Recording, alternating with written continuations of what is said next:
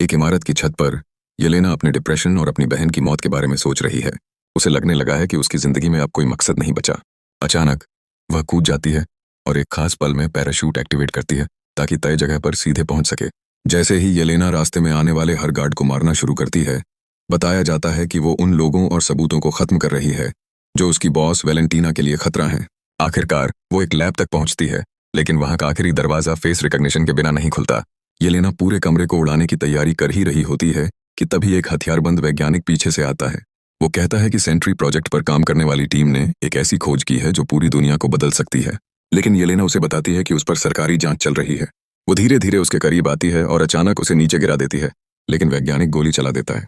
Yelena furniture के पीछे छुप जाती है और कुछ बोतलें फेंककर उसका ध्यान भटकाती है। जैसे ही मौका मिलता है वो उसकी पीठ पर कूद पड़ती है, लेकिन वो उसे स्काल्पल से घायल कर देता है। येलेना फिर भी रुकती नहीं। वैज्ञानिक दोबारा गोली चलाता है, लेकिन छीना झपट्टी में गोली उसी को लग जाती है। अब येलेना उसका चेहरा स्कैनर में इस्तेमाल नहीं कर सकती, इसलिए वह पूरी लैब को ही उड़ा देती है। इस बीच सुपर सोल्जर बकी अब एक कांग्रेसमैन बन चुका है। आज वो वैलेंटीना के खिलाफ चल रहे केस में शामिल होता है, जो OXE नाम की कंपनी की मालकिन है और येलेना की भी बॉस रही है। उस पर इंसानों पर एक्सपेरिमेंट करके नए सुपर सोल्जर्स बनाने का आरोप है।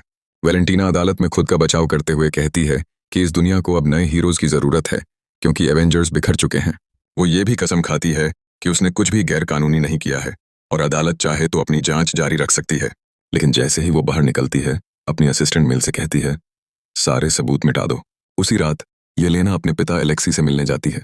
कभी वो भी एक हीरो था, लेकिन अब एक लिमो सर्विस चला रहा है। येलेना पूछती है कि क्या उसे अपनी ये नई जिंदगी से सुकून मिला है। वो झिझकते हुए हाँ कहता है, लेकिन जब येलेना कहती है कि वो वैलेंटीना की कंपनी छोड़ने का सोच रही है, तो एलेक्सी घबरा जाता है और मानता है कि वो भी खुश नहीं है। उसे फिर से एक्शन चाहिए। येलेना के जाते ही एलेक्सी वैलेंटीना को कॉल करता है और कहता है कि उसे कोई बड़ा सार्वजनिक मिशन चाहिए। वैलेंटीना राजी हो जाती है, लेकिन शर्त रखती है, पहले येलेना को एक आखिरी मिशन पूरा करना होगा।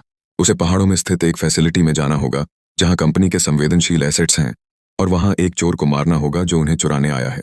जब येलेना फैसिलिटी में पहुंचती है तो हर तरफ बर्बादी दिखती है। उसे सेंट्री प्रोजेक्ट की फाइलें मिलती हैं जिनमें कई लाशों का जिक्र है। वह वो फाइलें रख लेती है। तभी अचानक पीछे से जॉन गोली चलाता है, तो येलेना सूटकेस को ढाल बनाकर उसकी तरफ फेंक देती है। फिर वो फायर करती है, लेकिन जॉन उसका हथियार छीन लेता है और दोनों में हाथापाई शुरू हो जाती है। दोनों एक दूसरे पर हमला करते हैं और येलेना उसे समझाने की कोशिश करती है कि वो उसका टारगेट नहीं है, लेकिन जॉन कहता है, तुम ही हो। येलेना बहुत तेज है, लेकिन जॉन ज्यादा ताकतवर है और उसे दूर फेंक देता है। जैसे ही वो उसे खत्म करने आता है, टास्क मास्कर आकर उसे किक मार देती है और कहती है, मैं येलेना के लिए नहीं, तुम्हारे लिए आई हूं। फिर जॉन और टास्क मास्कर आमने सामने आ जाते हैं। दोनों की शील्ड्स आपस में टकराती हैं।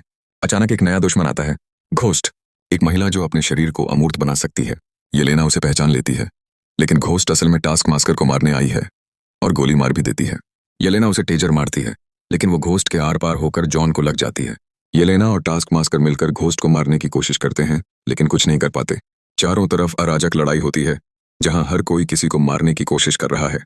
एक हिंसा का पागल चक्र बन जाता है।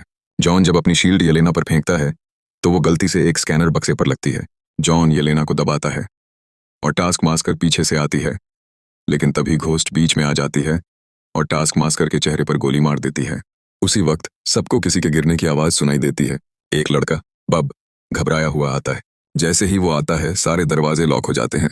बब कहता है कि उसे नहीं पता कि वो यहाँ कैसे पहुंचा। सब हत्यारे बताते हैं कि वो क्यों वहां हैं, और तब येलेना को एहसास होता है कि ये सब वैलेंटीना के लिए काम करते हैं। सच सामने आता है। वैलेंटीना ने सबको झूठी चोरी की कहानी सुनाई थी ताकि ये एक दूसरे को मार दें, क्योंकि ये सब उसके खिलाफ सबूत रखते हैं। घोस्ट बोलती है कि वो अब जा रही है, लेकिन जैसे ही वो दरवाजे की तरफ जाती है, सिक्योरिटी सिस्टम एक्टिवेट हो जाता है। एक दर्दनाक अल्ट्रासोनिक साउंड निकलती है, जिससे सब जमीन पर गिर जाते हैं। उधर एक पार्टी में बकी मेल के पास आता है और उसे अपना कार्ड देता है, अगर कभी किसी बुरे इंसान के लिए काम छोड़ना चाहो तो मुझे कॉल करना। फिर मेल वैलेंटीना को बताती है, सारे हत्यारे एक जगह इकट्ठा हैं। वैलेंटीना कहती है, अब उन्हें खत्म किया जा सकता है। जैसे ही वैलेंटीना टैबलेट पर बटन दबाती है, फैसिलिटी में अलार्म बज उठता है। दीवार पर 2 मिनट की उलटी गिनती शुरू होती है और तापमान बढ़ने लगता है, यानी अब सब जलने वाले हैं।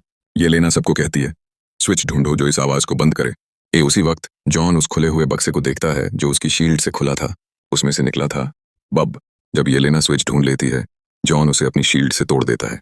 अब घोस्ट दीवारों से होकर बाहर जा सकती है और दरवाजा खोल सकती है। सब तेजी से बाहर भागते हैं, अंदर आग का धमाका होता है। सब बच तो जाते हैं, लेकिन बेहोश हो जाते हैं। येलेना एक भयानक सपना देख रही है। बचपन की सख्त ट्रेनिंग और अपनी सबसे करीबी दोस्त की दर्दनाक मौत का मंजर उसके जहन में घूम रहा है। उसी सपने में बब भी नजर आता है, जैसे उसका अतीत भी इसी सिलसिले से जुड़ा हो। जब येलेना की नींद खुलती है तो वो देखती है कि उसका हाथ बब के हाथ को छू रहा है। दोनों झट से पीछे हट जाते हैं, थोड़े असहज, थोड़े हैरान। जॉन अब भी बब से सवाल करता जा रहा है, तू कौन है? तू यहाँ कैसे आया? बब कसम खाकर कहता है, मुझे कुछ याद नहीं, सच में कुछ भी नहीं। जैसे ही बब हल्के फुल्के अंदाज में जॉन की बातों का मजाक उड़ाता है, जॉन का गुस्सा फट पड़ता है। वह बब को पकड़कर दीवार से दे मारता है। माहौल एकदम तनाव भरा हो जाता है। येलेना तुरंत बीच में आती है और दोनों को अलग करती है। वो गुस्से में कहती है, अगर हमें यहाँ से बाहर निकलना है तो साथ चलना होगा, वरना सब मरेंगे। लेकिन बब थका हुआ, टूटा हुआ इंसान है। वो धीमे से कहता है, तुम जाओ, मुझे फर्क नहीं पड़ता। येलेना उसे घूरती है, तू जानबूझकर मरना चाहता है? बब उसकी आंखों में देखता है और कहता है, मुझे तो लगता है मैं पहले ही मर चुका हूं। इसी टूटे हुए एहसास में दोनों के बीच एक अनकहा रिश्ता बनता है, जैसे दोनों के अंदर एक जैसा खालीपन है, एक जैसा अकेलापन। तभी जॉन दीवार की तरफ मुड़ता है और अपनी शील्ड जैसी चीज से वहां एक छेद कर देता है। चलो, वो बस इतना कहता है और सब उस छेद से बाहर निकलने लगते हैं। जैसे ही उनका ग्रुप आगे बढ़ता है, वो एक एक करके उन सिक्योरिटी कैमरों में नजर आते हैं जो सीधे वैलेंटीना की टैबलेट पर लाइव फीड दे रहे हैं। दूसरी तरफ वैलेंटीना टैबलेट की स्क्रीन पर उन्हें घूर रही होती है, उसकी आंखों में झुंझलाहट और खतरे की झलक। उसके साथ उसकी असिस्टेंट मेल खड़ी है, जो बिना कुछ बोले सब कुछ नोट कर रही होती है। कुछ देर बाद वह उसे फोन करती है। वह अपने मेटल आर्म को वॉशिंग मशीन में साफ कर रहा होता है। वह बताती है कि वह सीधे बात नहीं कर सकती, क्योंकि इससे उसे दिक्कत होगी। वह चाहती है कि वह उसका फोन ट्रैक करके जरूरी जानकारी निकाले। उसे कानूनी तरीके से काम करना चाहिए, लेकिन उसे पकड़ने की जल्दी में वह हाँ कर देता है। इसी बीच वह एक विमान में बैठकर कंपनी की फाइलें चेक करती है और पाती है कि एक व्यक्ति उस प्रोजेक्ट का टेस्ट सब्जेक्ट है। उसे लगता था कि सभी टेस्ट सब्जेक्ट मर चुके हैं, लेकिन अगर वह जिंदा है तो इसका मतलब किसी वैज्ञानिक ने प्रोजेक्ट को सफल बनाने का तरीका ढूंढ लिया है। वापस फैसिलिटी में ग्रुप एलिवेटर शाफ्ट में घुस जाता है। एक व्यक्ति कूदने की कोशिश करता है, लेकिन बाहर निकलने के लिए यह बहुत ऊंचा है। एक आइडिया देता है और अंत में चारों मिलकर चढ़ने वाला सर्कल बनाते हैं। वे ऊपर जाते हुए लड़ते रहते हैं, परेशान होते हैं क्योंकि शाफ्ट का अंत दिखाई नहीं देता। आखिरकार वे दरवाजे तक पहुंच जाते हैं, लेकिन उन्हें एहसास होता है कि अगर एक व्यक्ति बाहर जाएगा तो बाकी गिर जाएंगे। एक और झगड़ा होता है, तब एक व्यक्ति बटन उठाकर दरवाजे पर चिपका देता है। बाकी गिर जाते हैं, लेकिन एक लड़की अपने टूल्स की मदद से दीवार पर चिपक जाती है। वह उसे पकड़कर केबल से उसे संभाल लेती है। फिर एक व्यक्ति फायर होज नीचे फेंकता है ताकि वे उस पर चल सकें। जब वह उसका हाथ पकड़ता है तो अचानक खुद को अपने घर पर पाता है। उसकी पत्नी उसे बेटे की देखभाल करने को कह रही होती है, लेकिन वह अखबार के उन लेखों को पढ़ रहा होता है जो उसका मजाक उड़ाते हैं। एक महिला की आवाज सुनकर वह होश में आता है और एहसास करता है कि वह शाफ्ट में गिरने ही वाला था। ग्रुप फ्रंट डोर पर पहुंचता है और देखता है कि वे घिर चुके हैं। जब दो लोग किसी प्लान पर बहस कर रहे होते हैं, तभी वह लड़की गायब हो जाती है। इसी बीच एक महिला आती है और अपने आदमियों को बताती है कि यह अब नॉन लेथल मिशन है, क्योंकि वह उस आदमी को बचाना चाहती है। अचानक फ्रंट डोर एक बम से उड़ जाती है और सैनिक अंदर घुसते हैं। एक महिला बिजली वापस लाने की कोशिश करती है, लेकिन मशीन फेल हो जाती है। एक व्यक्ति को अंधेरे में लड़ना पड़ता है। जब दो लोग कॉरिडोर में पहुंचते हैं तो सैनिक गिर चुके होते हैं और वह व्यक्ति गायब होता है। एक नई टीम अंदर आती है और पूरे एरिया को गैस से भर देती है। एक महिला गिरे हुए सैनिकों से मास्क उठाती है ताकि वह उस आदमी को बचा सके। वह सैनिकों से लड़ना शुरू कर देती है। उसे खोने से बचाने के लिए वह उसे अपनी पीठ से होद से बांध लेती है। वह कुछ और सैनिकों को गिरा देती है और एक से बंदूक छीनकर उसे दे देती है। वह बेहद खराब शूटर निकलता है और गोलियां पूरे कमरे में उछलती हैं। वह एक सैनिक को गोली मारने ही वाला होता है, लेकिन रुक जाता है जब पता चलता है कि वह वही व्यक्ति है जिसने पहचान छुपाने के लिए यूनिफॉर्म चुरा ली थी। इसके बाद तीनों सैनिकों की यूनिफॉर्म पहनकर बाहर निकलते हैं, जहां एक लड़की चोरी की गई ट्रक के साथ इंतजार कर रही होती है। जब वे निकलने की कोशिश करते हैं तो कुछ सैनिक उन्हें रोक लेते हैं, क्योंकि मिशन खत्म नहीं हुआ है। एक व्यक्ति झूठ बोलने की कोशिश करता है, लेकिन गार्ड नहीं मानते। अचानक गोलियों की आवाज सुनाई देती है और वे देखते हैं कि वह आदमी ट्रक से उतर चुका है। वह हवा में गोलियां चलाकर सबका ध्यान खींचता है और सैनिक उस पर फायर करने लगते हैं। जबकि महिला घबराकर उन्हें रोकने की कोशिश करती है, ग्रुप मौके का फायदा उठाकर भाग निकलता है। उन्हें यह देखने का मौका नहीं मिलता कि वह आदमी अभी जिंदा है। उसका शरीर हवा में तैरता है और वह बादलों की तरफ बड़ी छलांग लगाता है, जिसे टीम देख लेती है। दुर्भाग्य से वह बेहोश होकर गिरता है। उसका लैंडिंग इतना ताकतवर होता है कि भारी धमाका होता है और पूरा इलाका हिल जाता है, जिससे ट्रक क्रैश हो जाती है। टीम पैदल चलना शुरू कर देती है और उसके बारे में बात करते हुए यह मान लेती है कि उस महिला ने लोगों पर एक्सपेरिमेंट किया था। वह उन्हें चोरी की गई फाइलें दिखाती है, जिसमें एक सुपर हीरो के लिए चमकदार सूट का डिजाइन होता है। सुबह होते ही कंपनी का हेलीकॉप्टर उस आदमी को उठा ले जाता है, जबकि वह महिला एक पुरानी फैसिलिटी को दोबारा खोलने का आदेश देती है। टीम अभी भी पैदल चल रही होती है और बस्ती ढूंढने की कोशिश कर रही होती है, कि तभी उन्हें एक गाड़ी दिखाई देती है और वे जमीन पर गिर पड़ते हैं। यह एक व्यक्ति होता है जो अपने पुराने सैनिक सूट में अपनी बेटी को बचाने आया होता है। जब ग्रुप गाड़ी में निकलता है तो पीछे से कई ट्रक आते हैं और फायरिंग शुरू कर देते हैं। वह व्यक्ति वोदका की बोतल से मोलोटोव कॉकटेल बनाकर दुश्मनों पर फेंकता है, लेकिन ट्रक मजबूत होते हैं और उन्हें कोई नुकसान नहीं होता। भूतिया कार पीछे से छलांग लगाकर हमला करती है, लेकिन ट्रक पर भी वही आवाज की बाधा होती है जो सुविधा केंद्र में थी, जो उसे तकलीफ पहुंचाती है और वह वापस लौट जाती है। जबकि एक व्यक्ति गोलियों को अपनी ढाल से रोकता है। एक लड़की फायर करने की तैयारी करती है, लेकिन अचानक एक ट्रक अपने आप उड़ जाता है। फिर एक और ग्रेनेड दूसरे ट्रक को भी नष्ट कर देता है। पता चलता है कि एक और साथी अपनी मोटरसाइकिल पर उनका पीछा कर रहा होता है। आखिरी ट्रक उस पर फायर करना शुरू कर देता है, लेकिन वह तेजी से सारी गोलियों से बच जाता है। वह ट्रक के पास जाता है और एक सैनिक को मारकर उसकी बंदूक छीन लेता है। फिर रस्सी को तोड़ने के लिए फायर करता है। जब ट्रक उसके सामने होता है तो वह अपने धातु के हाथ से रस्सी को खींचता है, जिससे आखिरी ट्रक भी क्रैश हो जाता है।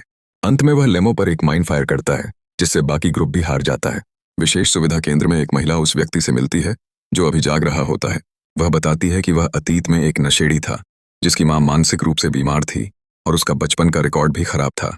उसने खुद को बेहतर बनाने के लिए उसके मेडिकल प्रयोगों में भाग लिया था।